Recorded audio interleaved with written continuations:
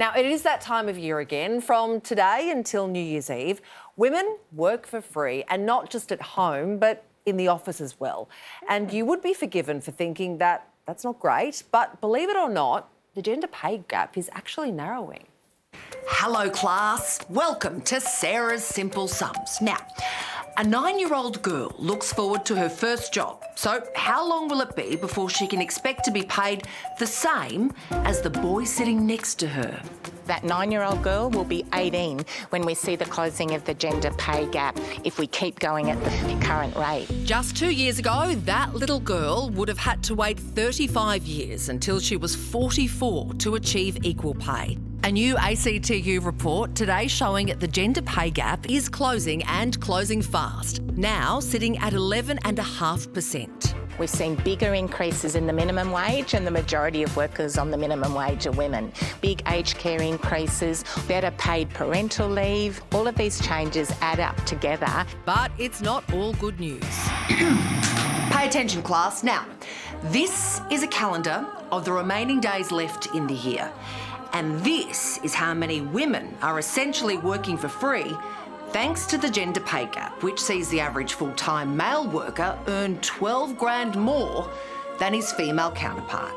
Women work the equivalent of 42 days for free each year. So that would mean, as of today, women were basically working for nothing from now to the end of the year. Nah, that's not on. That's crazy. It's outrageous. So what gives? We haven't really valued properly the work done by women. So if you think of aged care workers or early childhood education and care, what could be more important than doing the job caring for our youngest and our oldest? My partner gets paid less than me, even though I work less than her. I have a daughter now, so I hope that when she goes to the workforce, it's better. Equal work, equal pay, as far as I'm concerned. So, let's get back to our 9-year-old.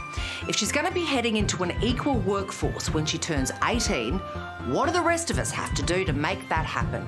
Hands up, who's got the answer? We'll save the conversation about Sarah Harrison glasses for later. But right now, Jane Caro is here to give us all the answers on the wage gap. On the face of it, this is great news. Do you believe it, Jane? I believe it. Do I hope it'll last? Yes. Am I convinced it will last? Oh, I don't know. It moves forward, it moves back, depending on often the kind of government we have and how committed they are to seeing the pay gap, narrow.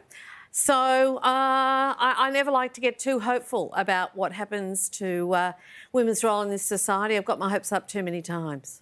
Jane, we just heard that some of the big things that have changed, like an increased minimum wage, is helping. Are we likely to see the impact of that kind of legislative change some years down the track? Is that something to be hopeful for?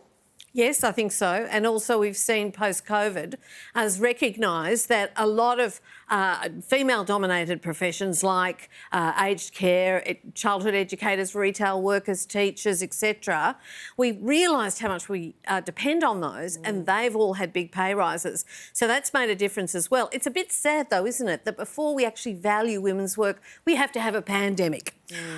Before we really take that work seriously. And will we forget and let it all sort of stagnate again?